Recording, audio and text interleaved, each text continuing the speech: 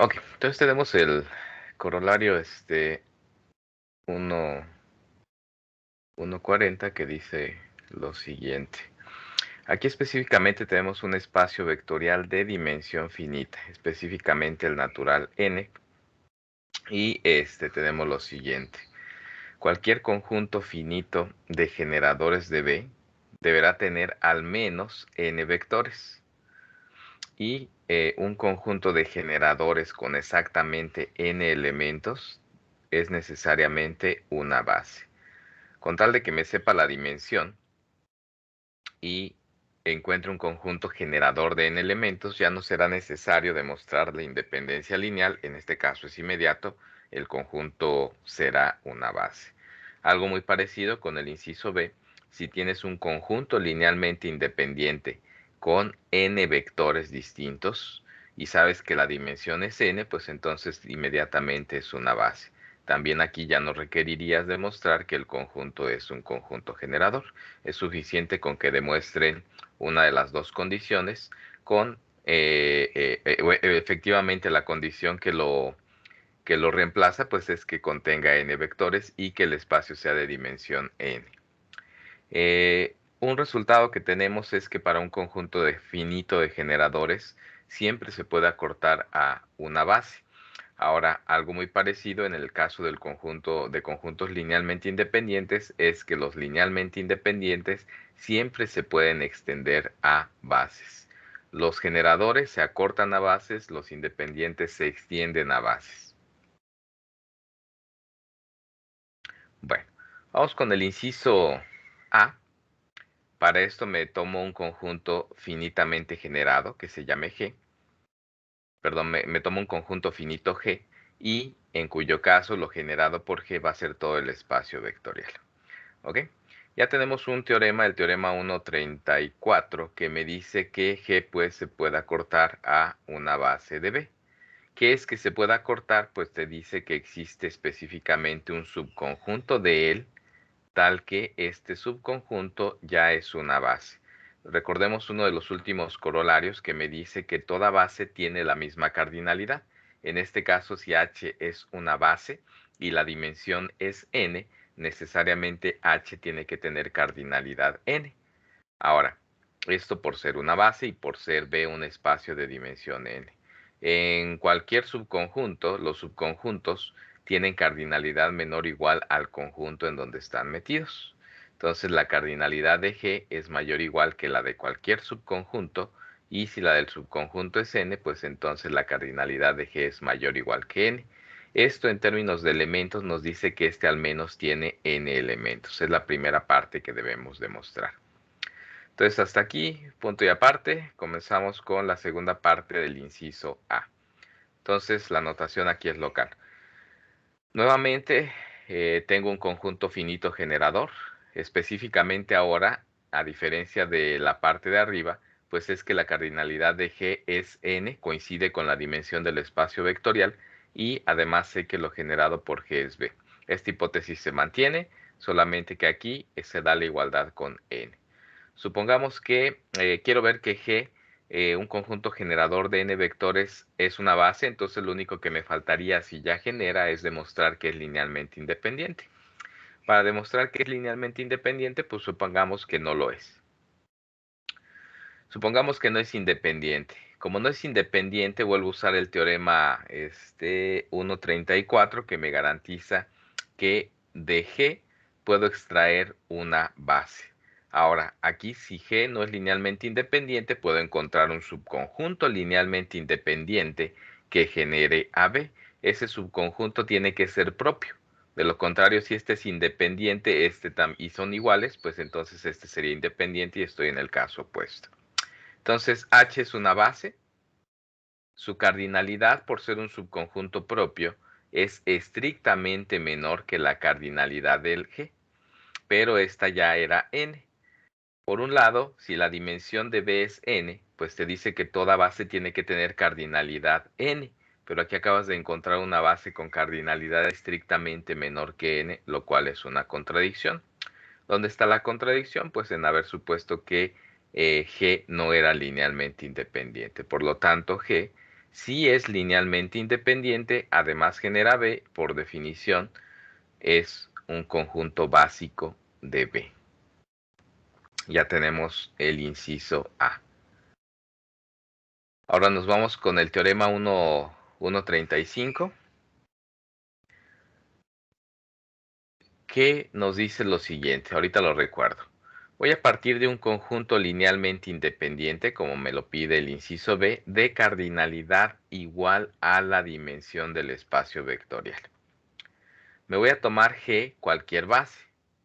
Yo ya sé que B es de dimensión n, entonces cualquier base debe de tener cardinalidad n. Y como es una base, además tiene que generar AB.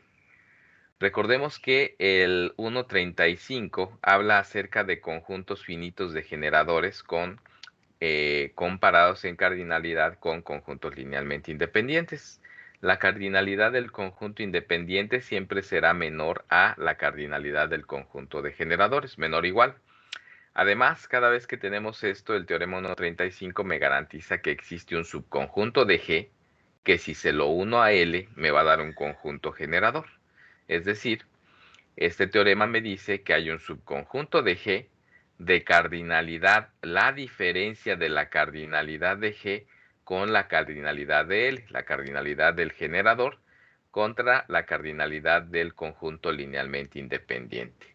Ahora, n menos n es 0, entonces h tiene cardinalidad 0, por lo tanto tiene que ser el vacío. No hay de otra.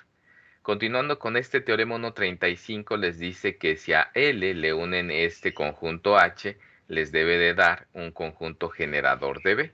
Pero aquí L unión el vacío, pues no es más que L. Acabo de demostrar que L genera B y de origen era independiente, pues entonces acabamos de demostrar que L es una base. Entonces ya tenemos estas dos versiones, que si n es la dimensión de un espacio vectorial, basta con que encuentres un conjunto de n vectores y para demostrar que es base te puedes ir por una de dos, demostrar que es independiente o demostrar que genera. Con una de las dos es suficiente. Si demuestran las dos, pues está por demás, ¿no? Hacen trabajo extra. Pueden hacerlo sin ningún problema también, y listo, ¿no? Para el último, igualmente tenemos un conjunto linealmente independiente. Hay que ver que se puede extender a una base. Ahora, la diferencia con el inciso anterior, pues es que aquí la cardinalidad de L no necesariamente es n. La dimensión de B es cualquier m. Y listo. Igualmente me tomo una base. Y entonces nuevamente este teorema me dice, si G es un conjunto básico, en particular es un conjunto generador, comparando los independientes con los generadores, el número de vectores independientes nunca excede a el número de generadores, por lo tanto M es menor o igual que L. Además, usando este mismo teorema, existe un subconjunto de G de cardinalidad, la diferencia de entre el número de generadores y el número de vectores linealmente independientes. Y además, si este conjunto se lo uno a H, me va a dar un conjunto generador de B. Simplemente vamos a ver qué cardinalidad tiene este conjunto. Recuerden que G, por otro lado, además de que genera, es independiente. Al ser independiente, nos dice que B está generado, que B está generado por n vectores y tengo además de que esos n vectores son independientes. Como tienen n vectores independientes en B y el número de vectores independientes nunca excede al número de un conjunto generador y este de aquí es un conjunto generador, el número de vectores que generan un espacio siempre es mayor o igual que el número de vectores independientes que puedan tener. De aquí que la cardinalidad de L unión H es mayor o igual que n. De hecho, esta desigualdad es la que no es trivial. La que siempre sucede es esta de aquí. La unión siempre va a tener cardinalidad menor o igual a la suma de las cardinalidades. Recuerden que estos conjuntos pueden tener intersección. La unión no distingue entre la intersección, no la va a contar dos veces, simplemente la toma una sola vez, ahí donde pueda ser estrictamente menor la cardinalidad de unión comparado con la suma de las cardinalidades. ¿Cuándo es estricto? Pues cuando la intersección es no vacía. En el caso de que la intersección sea vacía, pues justamente la unión tiene cardinalidad idénticamente igual a la suma de las cardinalidades. Pero en general, dependiendo de quién es la intersección, pues se da esta desigualdad. Ahora, la cardinalidad de L es M, M de mamá. La cardinalidad de H es N menos M. Si lo sumo, se cancela la M y me queda N. Entonces acabo de mostrar que L unión H es un conjunto de cardinalidad menor o igual que N y por otro lado es mayor o igual que N, pues entonces se da la igualdad. ¿Qué acabo de obtener? Un conjunto generador de N vectores en un espacio de dimensión N por la segunda parte del inciso A. Obtenemos que este conjunto es un conjunto básico. Así, este es un conjunto que extiende a L, un conjunto que extiende a un conjunto linealmente independiente y lo extendimos a no cualquier conjunto, sino específicamente a una base. En palabras, pues todo conjunto linealmente independiente se puede extender a una base. ¿Dudas hasta aquí? Sí, profe, yo tengo una. Adelante. ¿Se puede decir que que una cardinalidad, si es igual a cero, entonces ese conjunto va a ser igual al vacío? Ajá, Ok, gracias. perfecto. La car- Profe, Sí, adelante.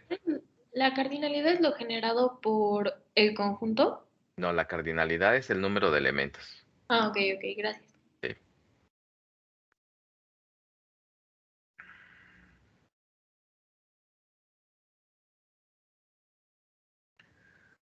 Ok, vamos con el siguiente teorema, que nos dice lo siguiente. Preservamos esta parte de la notación del teorema anterior, que nos dice que tengo un espacio vectorial de dimensión finita n.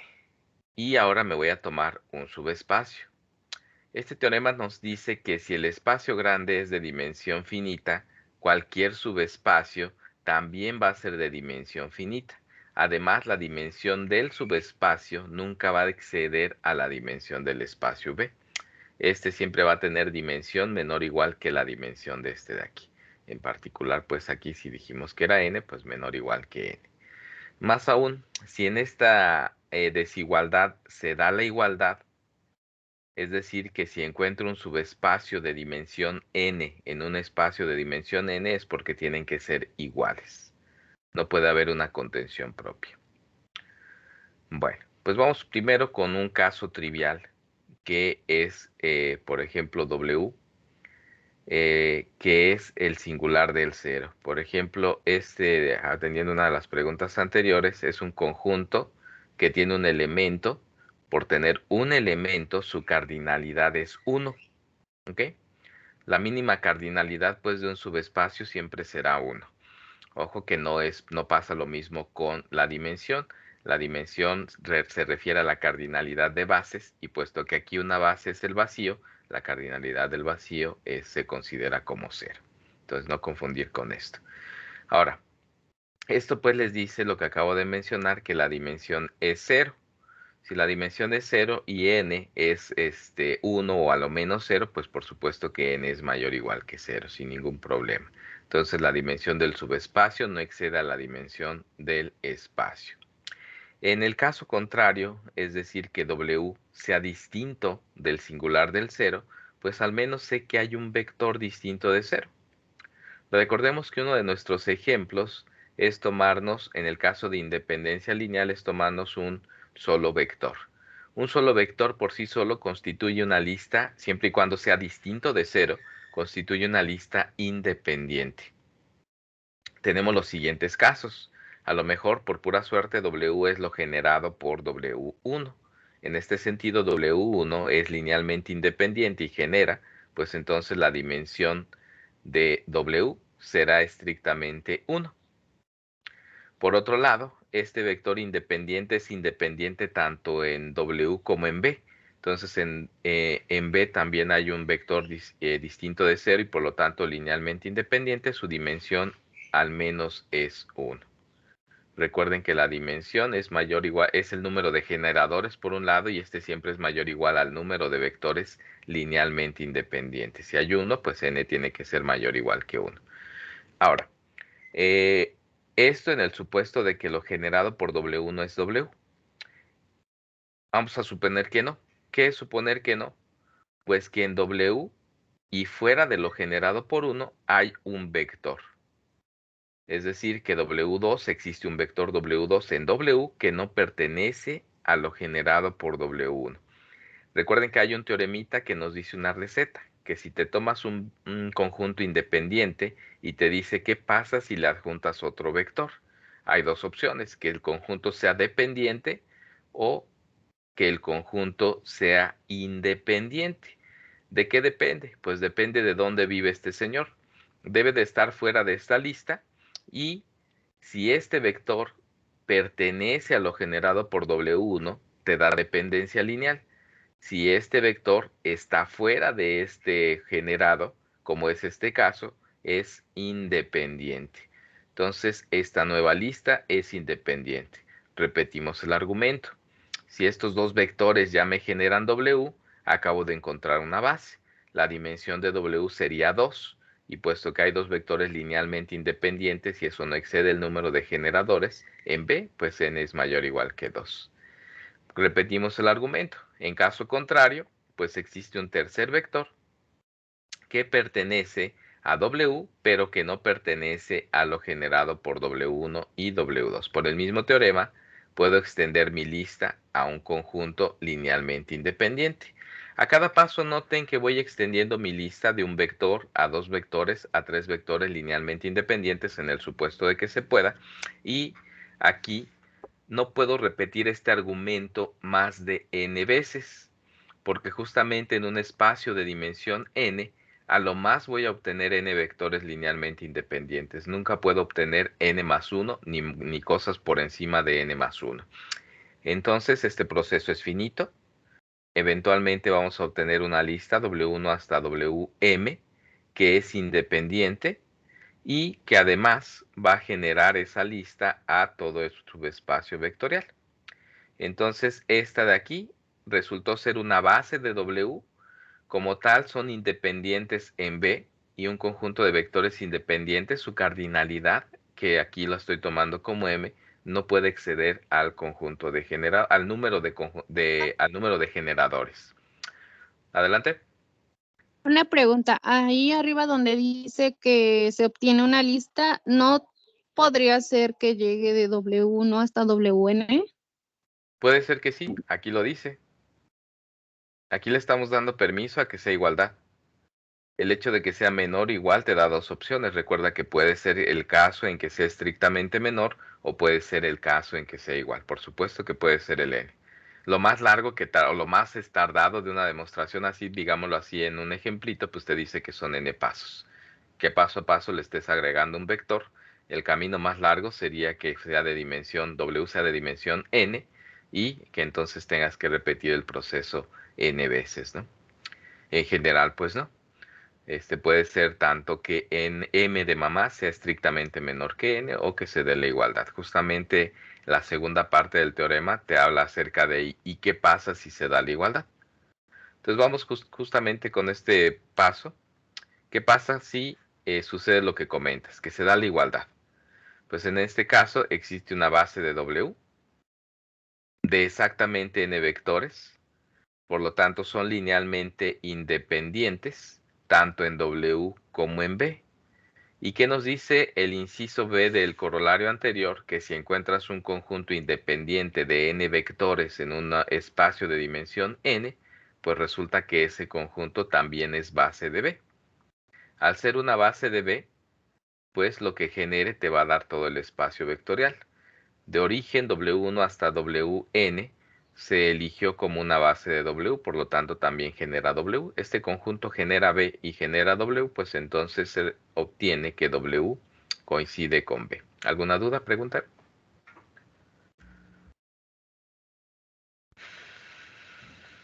Sí, profe, en la parte de arriba, cuando vamos agregando vectores, ve que primero tenemos 2 y luego agregamos otro, ya serían 3. No entiendo por qué ese nuevo conjunto es linealmente independiente. Porque no recuerdas un teoremita. Vamos por el teoremita. Sí, les recuerdo que hay que ir cargando todos estos teoremitas muy sencillitos, pero cada vez son más. Y cada vez que avanzamos van a ser que ir siendo más y más y más. Entonces déjenme recuperar, es el 1.35 si no estoy mal. Ya me pasé, ¿verdad? A ver.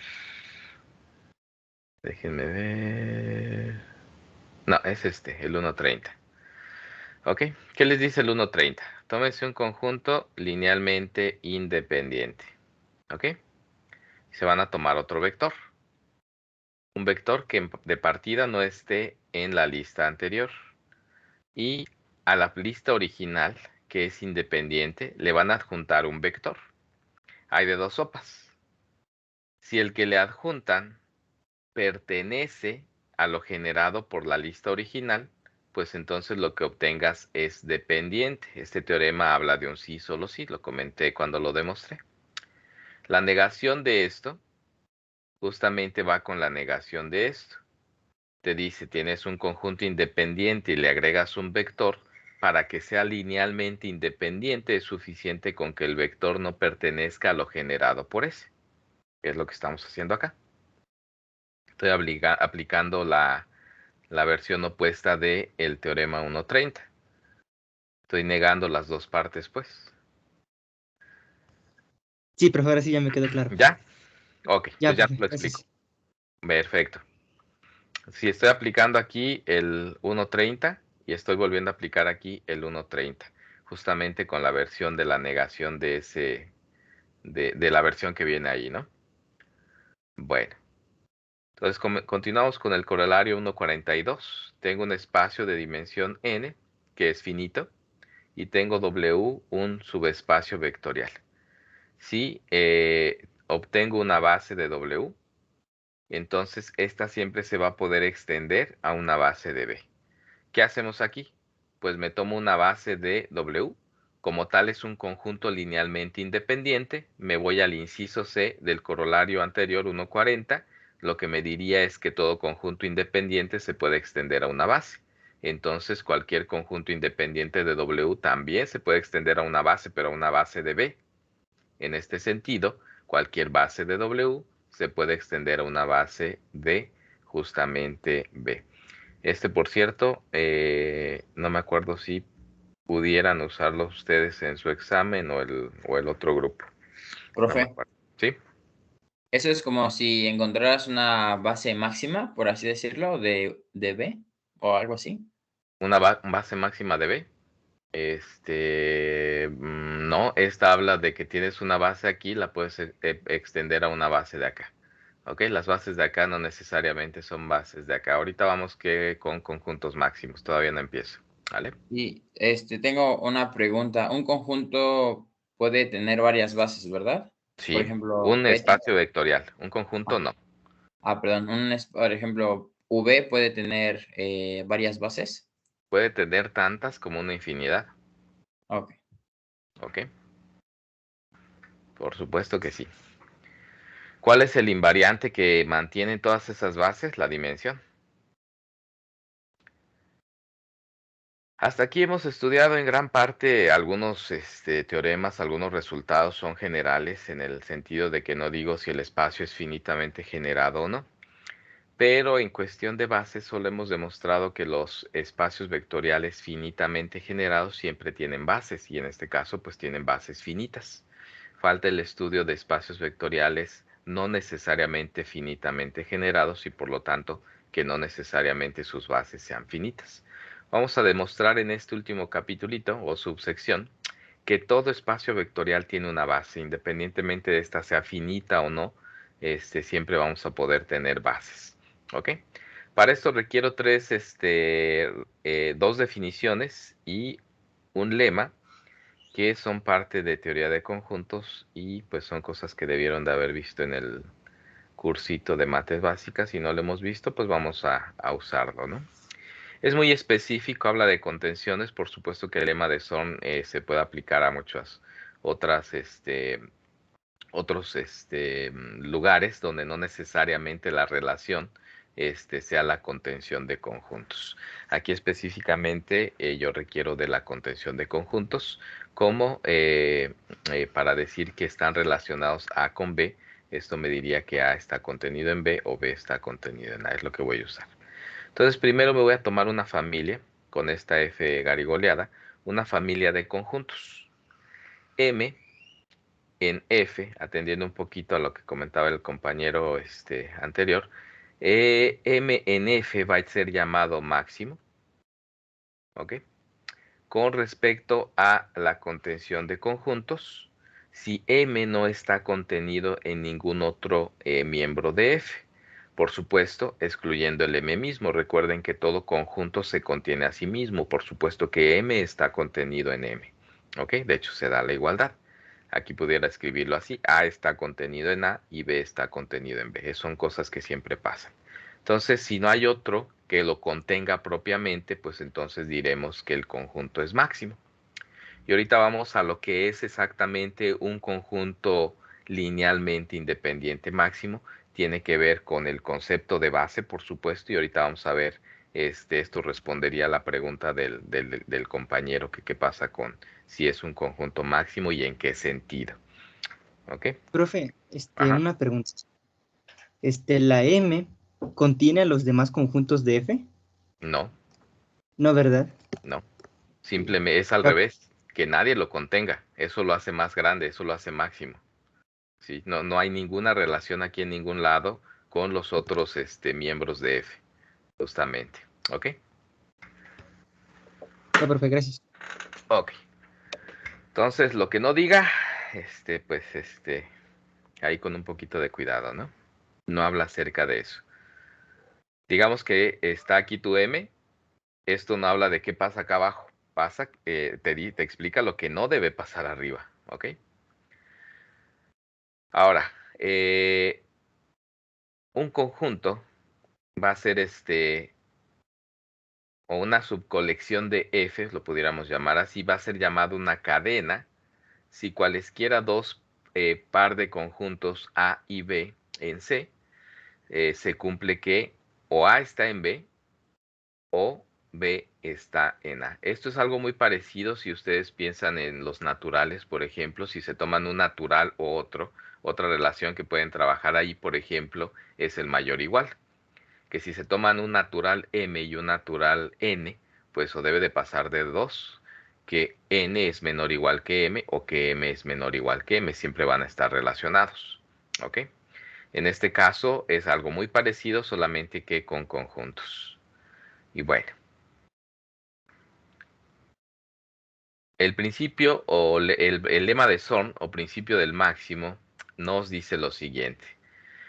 Vamos a tomarnos una familia, pero muy específico, que no sea vacía. Es lo primero que le debo de pedir, que no sea vacía. Si te tomas una cadena arbitraria que vive en F, y para esta cadena existe una cota superior en F, entonces F va a tener un conjunto máximo. ¿Qué significa una cota superior? Aquí sí, probablemente era lo que se refería el compañero.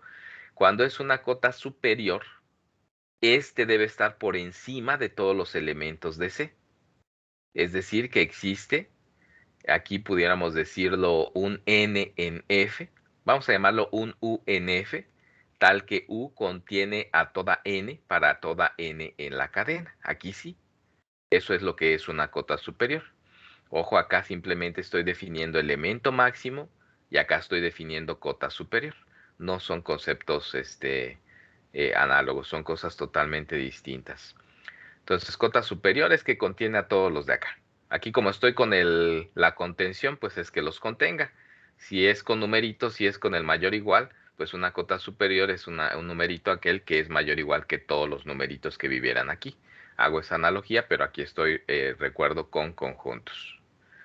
Vamos a relacionar el concepto el concepto principal de esta subsección con el concepto de base, y de hecho vamos a demostrar que son el mismo concepto. Sea S en B un subconjunto. Un subconjunto linealmente independiente y máximo de S es lo siguiente. Es un subconjunto de S que sea linealmente independiente y que el único subconjunto linealmente independiente de S que lo contiene es el mismo. Es decir, que no existe un conjunto linealmente independiente en S que contenga propiamente a beta, es otra forma de decirlo. Ese es un conjunto linealmente independiente máximo en S. Vamos a ver que esta definición es no vacía, que hay ejemplos pues de conjuntos linealmente independientes y nuestro primer ejemplo justamente son las bases de los espacios vectoriales. Si beta en B es una base, beta necesariamente va a ser un conjunto linealmente independiente máximo de B. ¿Qué hay que demostrar? Pues que es un subconjunto de B, pues por supuesto que sí. ¿Que es independiente? Pues es independiente porque toda base es linealmente independiente y además genera. Ahora, hay que demostrar que es máximo. Para demostrar que es máximo, queremos ver que no hay un subconjunto linealmente independiente de B que contenga propiamente al beta. Vamos a usar justamente ese teorema 1.30 que ya usé hace rato, en el sentido de que quiero a beta y quiero ver qué pasa si le adjunto algo, un solo vector. Con adjuntarle un vector, y ya no se diga si le adjuntan 2, 3, una infinidad, va a seguir sucediendo que se da dependencia lineal. ¿Por qué se da dependencia lineal? Cuando a un conjunto independiente le adjuntas un vector va a ser dependiente, pues cuando este vector esté en lo generado por este conjunto. Pero este conjunto es base. Al ser base genera todo el espacio y cualquier otro vector siempre va a estar contenido en él. Entonces, en particular, U está en lo generado por beta, si y solo si por el teorema 1.30 este conjunto es dependiente. Por lo tanto, no existe ningún conjunto independiente más grande en B que contenga a beta. ¿Me detengo un poquito? ¿Alguna duda, pregunta?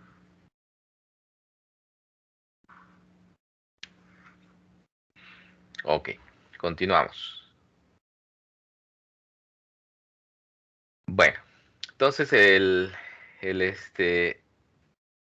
siguiente teorema es una especie de recíproco, justamente.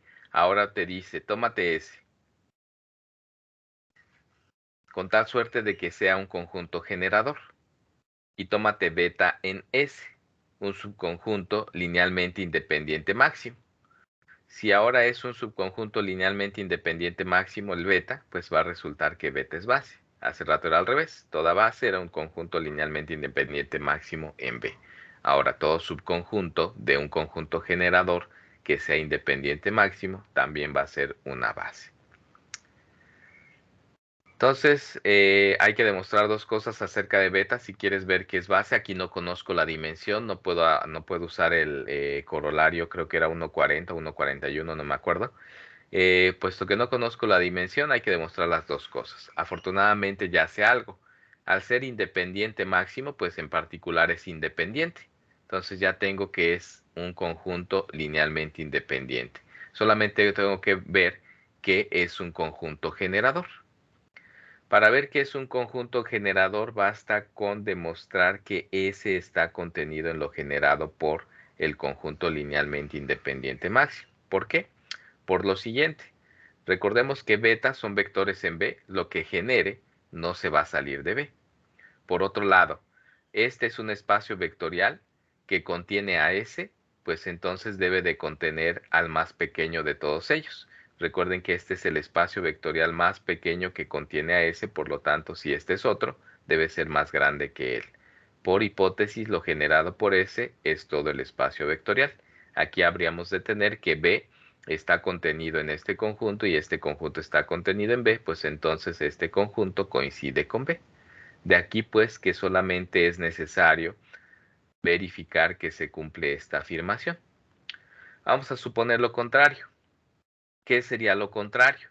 Que hay un elemento en S que no pertenece a lo generado por beta.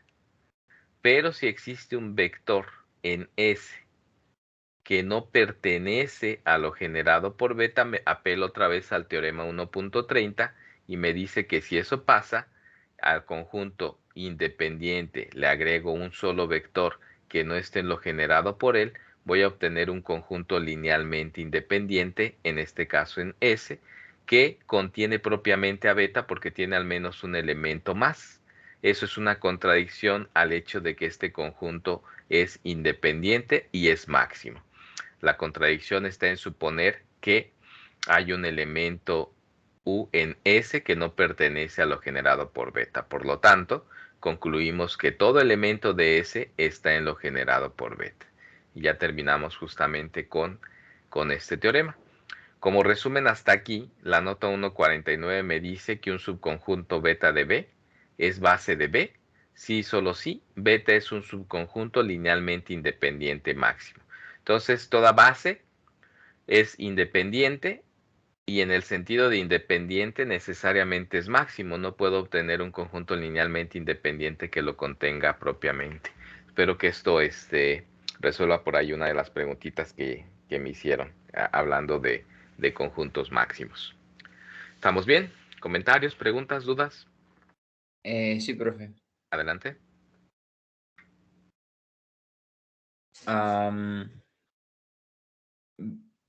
No, digo que sí, sí quedó. Continuamos. Ok. Perfecto. Bueno, pues viene el teorema fuerte y el resultado principal de esta sección, que es si no estoy mal, un corolario. Ok. Vamos a usar todos estos razonamientos que tenemos, específicamente la demostración es utilizando el lema de Zorn. Consiste en lo siguiente. Tómense un conjunto S que sea linealmente independiente. Y vamos a demostrar que entonces existe beta en B, un subconjunto linealmente independiente máximo que debe de contener a S. Para todo conjunto independiente existe un independiente máximo que lo contiene. Con palabritas, eso es lo que dice ese teorema. Vamos a demostrar la existencia, pues, de conjuntos linealmente independientes máximos, en general. Si ya consideramos que existen bases para espacios finitamente generados, pues existen los conjuntos linealmente independientes máximos, pero para espacios de dimensión finita. Aquí este teorema se refiere a que siempre, no necesariamente en el caso finito o no, hablando de dimensión. Este teorema pues es el caso general y el corolario también que habla acerca de existencia de bases es en general. Me tomo la familia F de todos los subconjuntos linealmente independientes que contengan a S. Afortunadamente, S es independiente y otra vez, S se contiene a sí mismo. Puesto que S está contenido en S, S es entonces un elemento que vive en F. Eso me da la primera condición para poder usar el lema de Zorn, el hecho de que F sea una familia, pero no vacía. Ahora, el lema de Zorn me dice, ¿quieres demostrar la existencia de un conjunto máximo que vive en F? ¿Qué sería un conjunto máximo en F? Vamos a leerlo completo. Sería un conjunto, por cómo está formada la familia F, sería un conjunto linealmente independiente, sería máximo por el lema de Zorn que contiene a S. Justamente es lo que me dice que demuestre el teorema. Entonces, vamos a aplicar el lema de Zorn. Ahora, para utilizar el lema de Zorn, lo único que debo de hacer es tomarme una cadena arbitraria de miembros en F y demostrar que tiene una cota superior. ¿Qué es una cota superior? Y además que esa cota superior esté en F. Me debo de tomar, y aquí va a ser el U, ahorita digo quién es el U, me debo de encontrar un elemento que vive en F, para empezar. Segunda, que contenga a cada elemento de mi cadena. Que U contenga a W para cada W en la cadena. Eso es que sea cota superior y que además pertenezca a F. Si logro demostrar la existencia de este U, ya terminé. Aplico el lema de Zorn y se acabó. Entonces vamos a demostrar que un U que me sirve es la unión de todos los elementos en mi cadena. Me fijo en todos los Ws, tal que el W pertenece a la cadena. Y los uno todos. ¿Ok? Vamos a demostrar que esa es una cota superior en F. Primero, ¿qué es cota superior? Pues me tomo la unión y para empezar, cada uniendo comparado con la unión, el uniendo siempre está contenido en la unión. Y esto para cada W en C. Es decir que al menos acabo de demostrar que U es una cota superior de todo elemento en mi cadena. Esa es la parte trivial. La parte que no es tan trivial es demostrar que este U pertenece a F. Vamos a recordar qué son los elementos que están en F. Debe ser un conjunto linealmente independiente y que contiene a S. La parte de que contiene a S es muy sencillita, puesto que W es un elemento de la cadena C y C es una cadena en F, pues entonces todo elemento W pertenece a F. Y en F están los conjuntos independientes que contienen a S. Es decir, que S pertenece a W para toda W en la cadena y en particular, si W está contenido en U, pues por transitividad de la contención, S está contenido en U. Ya tengo dos partes que debo de demostrar. Al menos sé que es una cota superior, al menos sé que contiene a S. Lo único que me faltaría demostrar para que U pertenezca a F es que es linealmente independiente. Para ver finalmente que es linealmente independiente, debo de elegir un número finito arbitrario de vectores. Digamos que U1 hasta UN pertenecen a U. Y me debo de tomar escalares A1 hasta N, tal que esta combinación lineal te da el 0. Y finalmente lo que tendría que demostrar es que cada uno de estos escalares es necesariamente 0, lo cual implicaría que U es independiente, contiene a S, por lo tanto pertenece a F y es una cota superior de todo elemento en la cadena, y terminamos con el lema de Zorn. Vamos a ver que simplemente estos A's todos son 0. Es decir, mi meta es esta de acá. Y ahí terminaría el problema aplicando el teorema, aplicando el lema de Zorn. Tenemos lo siguiente. Primero, cada UI está en U, pero U es una unión. Entonces cada uno de estos está en algún uniendo. Vamos a decir que para cada I de 1 a N existe un subespacio WI, perdón, un conjunto linealmente independiente WI, en el cual pertenece el UI. UI pertenece a WI para cada I desde 1 hasta N. No hemos usado el hecho de que todos estos subconjuntos están o viven en una cadena. Todos estos 2 a 2 se pueden comparar. Cada que comparan 2 siempre va a haber uno que contiene al otro. En comparando los N en total, debe de haber uno que sea mayor que todos los N-1 anteriores. Vamos a decir que ese es el késimo. Que sea una cadena, pues me garantiza que existe un K entre 1 y N, tal que todos los demás están contenidos en L. ¿Ok? Lo que me dice esto es que si todos los vectores pertenecían al WI, pero todos los WIs están en uno más grandote, pues entonces todos los UIs pertenecen a WK. Pero entonces esta expresión es válida para WK y WK es linealmente independiente. Y esta es una subcolección de vectores linealmente independientes. Cada vez que ocurra esto, necesariamente sus coeficientes tienen que ser 0. De aquí pues que U es linealmente independiente. U pertenece entonces a F, es cota superior de cada elemento en la cadena. El lema de Zorn les garantiza la existencia de un máximo y entonces un subconjunto linealmente independiente máximo que contiene a S. Me alcanzó el aire.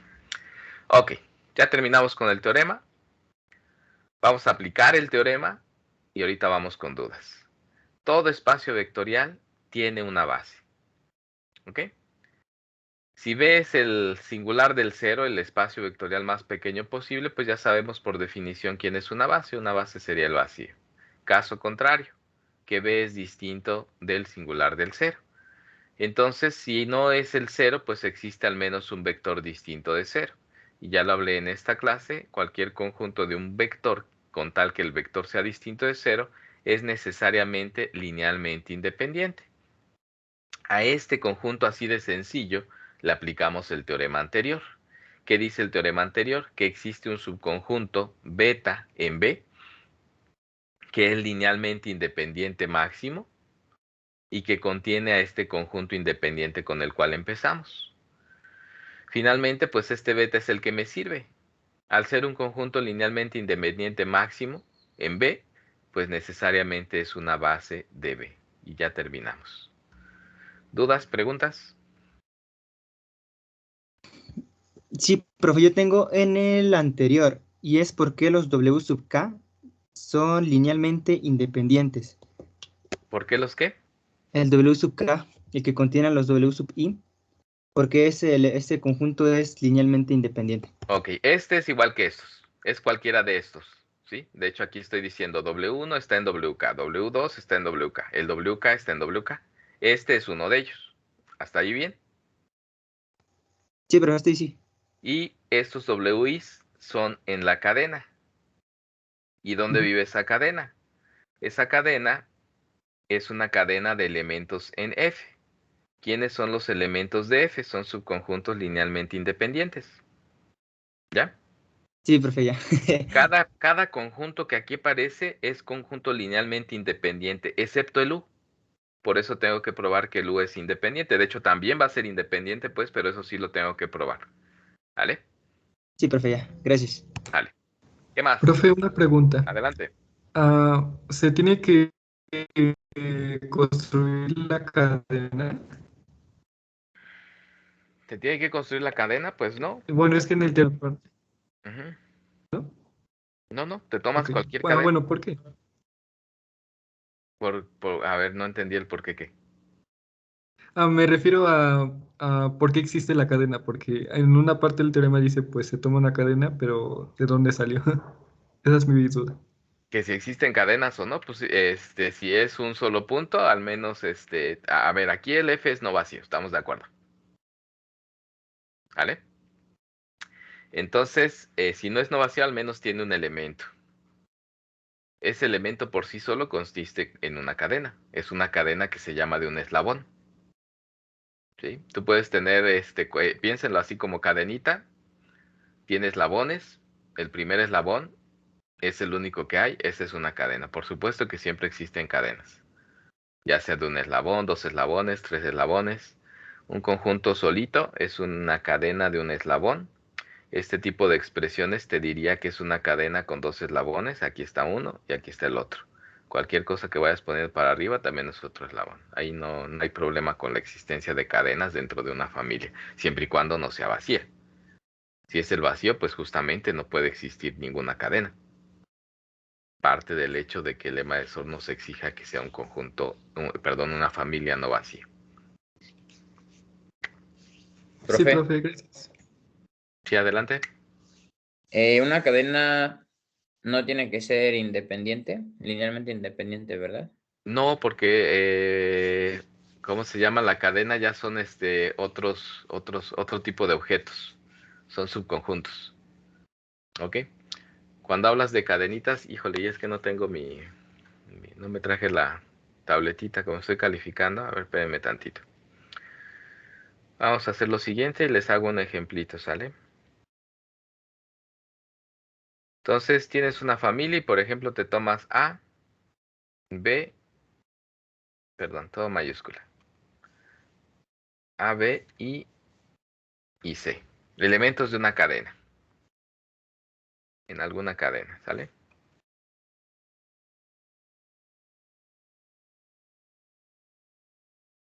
Y ya. A ver, vamos a estudiar este pequeño caso. Pero aquí me deben de elegir. Elijo A y B. Al estar en una cadena, uno tiene que ser mayor que otro. Elijan quién. Hay dos posibilidades, pero aquí elijan una muy específica. ¿Quién va a estar contenido en quién? A está contenido en B. A está contenido, chispas, nada más que aquí no sé cómo sacar ese simbolito. ¿Alguien que me ayude? Ah, bueno, pero puedo poner el dibujito, ¿verdad? Perdone, esto lo voy a hacer a mano, me disculpo. La ventaja de las clases en línea es que aquí escribo bonito. Entonces A está contenido, perdón, en B. ¿Ok? Déjenme ver si funciona. No funciona. No sé qué hacer. Chispas. No sé qué hacer. A ver. Vamos a hacer la manita. Se aguantan, ¿eh? Para empezar, vamos a hacerle así. Bueno, entonces Profe, ya, creo que en insertar salen los símbolos de ni matemáticas. modo, ya le voy a poner así. Ya no está tan feo. A está contenido en B. No está tan feo, ¿sí? No, profe. Ahí estamos. No, Ok. sí se entiende. Ahora vamos con A y C. Deben de estar comparados. Elijan quién es más grande. Denme una opción. A puede estar contenido en C o C. Ah, Está ¿Perdón? contenido, ¿no? ¿Sí? A contenido en C. Si esa fue su elección, da igual, ¿eh? Simplemente es un ejemplito. ¿Así estamos bien? No me Sí. cierren, por favor, los micrófonos para que estén interactuando, por favor, si no lo hacemos más tardadito. Ok, ya comparé A con B, ya comparé A con C, y ahora sé que también puedo comparar C con B. ¿Cómo comparan C con B? Que uno esté contenido en el otro. Sí, pero elige una. ¿Quién Contenido. ¿Ve contenido en C? Ok, se fueron por la versión ordenadita. Ok, no tiene por qué ser así. Aquí estamos eligiendo una de las dos. Sabemos que pasa una y solo una de las dos. Es uno o el otro. Entonces B está contenido en C. Ok. Entonces de estas tres ya comparé todos contra todos, pues entonces la cadena que obtengo es esta de aquí. Eso es una cadena, que están pues todos concatenados. Mi conjunto original, esta era mi cadena C. Mi cadena, vamos a llamarla así, mi cadena C garigoleada, era la que tenía a todos estos conjuntitos, al A, B y al C. ¿Ok? Que es que sea cadena que tiene específicamente este tipo de expresiones. Que uno está contenido en otro, ese está contenido en otro, que puedes ir creciendo, pues. ¿Ok?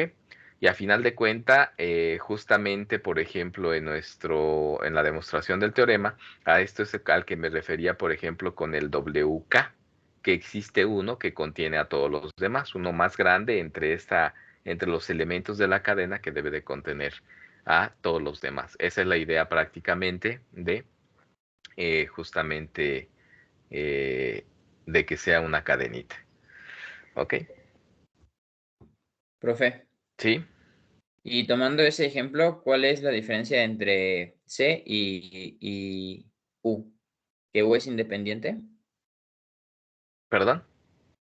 Tomando el ejemplo de Ajá, que estábamos hablando, donde habló de WK, ajá. menciona que existe U y está demostrando U, pero la diferencia entre U y C es que U es forzosamente linealmente independiente, o sea, Ah, es no, es que como... aquí espérame. Aquí no hablamos de que las cadenas sean finitas.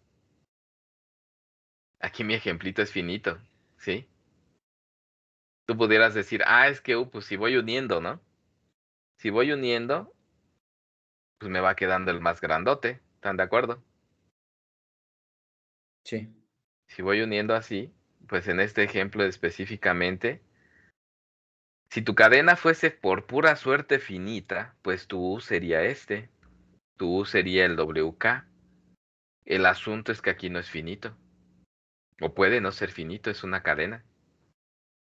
Si tu cadena es así, en general tu cadena estaría vamos a tomarlo por ahí, si quieres por algún inicial, W1, W2, y que no necesariamente van en orden, ¿no? Etcétera, W3, etcétera, perdón por mi 3, puntos suspensivos, no sabemos para allá qué más hay, ¿sí?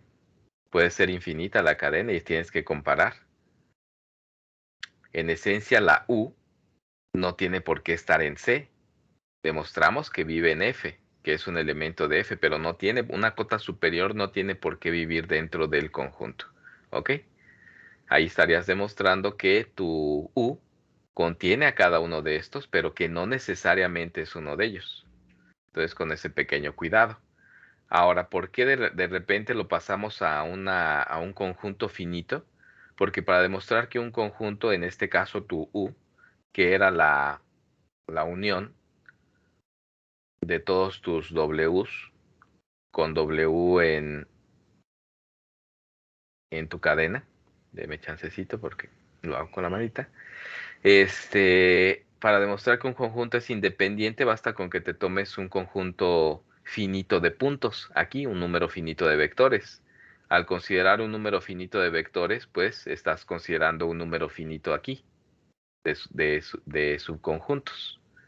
Dentro de esos es que existe el máximo.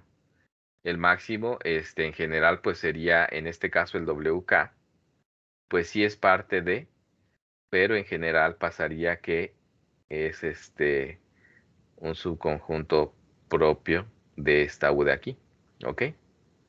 Digamos que este es un máximo local, en el sentido de que es máximo con respecto a W1 hasta Wn. Y por supuesto, que contiene a todos esos y contiene a cualquier otro con subíndice incluso mayor. ¿Vale? Ah, ok. Entonces, Ok, en esencia, pues así se vería nuestra cadenita, ¿no? Supongamos que estaban bien numeradas y que tienes esto, pero no va a pasar necesariamente esto, que estuvieras el W1.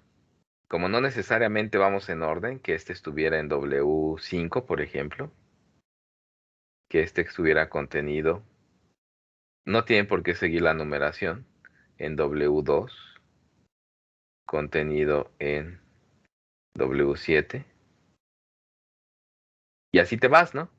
En algún momento tiene que aparecer el W2, el W3, perdón. Este es un ejemplo de una cadenita, que así te vas. En donde la cadena, ojo, la cadena no está así. La cadena es una subcolección de F. La cadena es W1, para que entiendan la diferencia entre lo que es la cadena. Una cosa es quién es la cadena y otra cosa es cómo se comporta la cadena. Espero que entiendan esas dos palabras, ¿no? Etcétera. Esta es sí, una porque cadena. hablamos del orden, ¿no? Exactamente. Esta es una cadena. Ahí le pongo puntos suspensivos. Y todos estos elementos fueron electos. Los WIs fueron electos en F. En su chispas. Ahí ya me quedó como una... Chispas, me están haciendo sufrir. Era más rápido ir por la tabletita. Ok, donde todos los WIs pertenecen a, perdón, una clase de kinder. Ok, ya por ahí alguien en su tarita le puse que no fui al kinder. En efecto, no fui al kinder. Ok, entonces esta es la cadena y así se comporta la cadena. ¿Sí? Ay, perdón. Pues ya tenemos eso. ¿Dudas, preguntas? No, profe. Ok, bueno. Entonces, déjenme dejar de grabar.